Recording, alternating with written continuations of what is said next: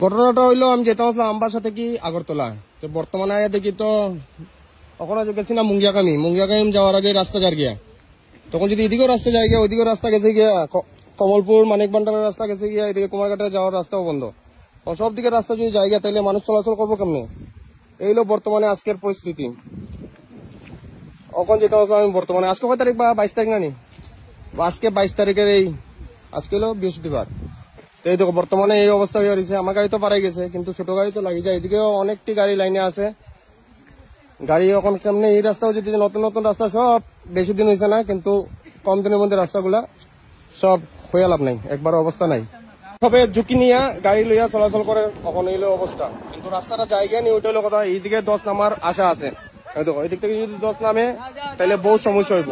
কিন্তু গাড়ি তো ছোট গাড়ি বড় গাড়ি তো চলে এখন বর্তমানে, কিন্তু কোন সময় রাস্তাটা যায় গিয়া আমি আগরতলা দিয়ে ঘুরিয়ে আইতে রাস্তা পাইমুনি না, এটা একটা কথা। নতুন নতুন রাস্তা বানাইয়া গেল না 1 বছর, এই সময়ে এই রাস্তার কাহিনী এমন হয়ে গেছে। এখন তো অকন যাইব লাগে আমার, এটা তো অকন যাইব অকন যায়।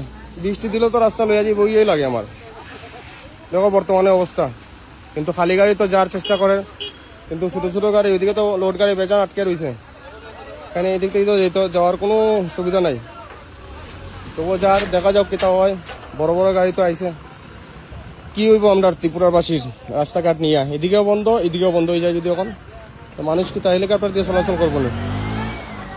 রাস্তার কথা কয়ে লাভ নাই। দেখো বড় বড় গাড়ি আইছে, দেখা যাক যেতে পারেনি। এটা তো একটা ট্যাক্স লাগছে, মানে জেসিবি লাগছে কাজও, কিন্তু জেসিবি কাজ করে কি কাজ করবো আমি ওইটা বুঝি না।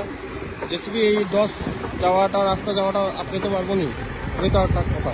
কিন্তু দুই দিকে পুরা যতগুলো দেখা যায় অতটুকু, দুই দিকে গাড়ি জাম লাগে বুঝছে, এদিকেও গাড়ি ওদিকেও গাড়ি, সব দিকে গাড়ি আর গাড়ি। দেখা কি হয় ঘটনাটা এটা।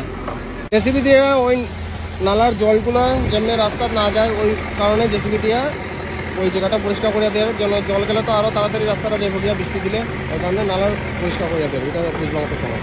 এখন আরেক সাইডে গেছে গিয়া, আগে তো খালি ওই সাইডে আসলো, অন এই সাইডে গেছে গিয়া, এখন সব দিকে টুকরা টুকরা হয়ে গেছে। অন আস্তে আস্তে এদিকে নামি যাব, এই দেখো অবস্থা। সেকেন্ডের বিশ্বাস নাই কোন সময় কি হয়। সব দিকে তো রাস্তা বন্ধ করা হয়েছে দুই সাইডে, তো এদিকে কেউ যাওয়া আসা করে না। আসামা করে তোলা সব তেলেমুড়া হইয়া, মানিক ভান্ডার হইয়া, আমবাসা হইয়া যাওয়া আসা করতে পারে। বর্তমান এখন লাগি রাস্তাটা সিল করা হয়েছে, মানে রাস্তাটা এখন বন্ধ। তো দেখা যাক রাস্তা কি হয় কি না। আর জেসিবি তো জল যেতে না করে রাস্তা ঠিক করে দেয়। এই দেখো সিরিয়ালে বহুত অনেকটি গাড়ি আছে, আরো আগে সামনে আছে।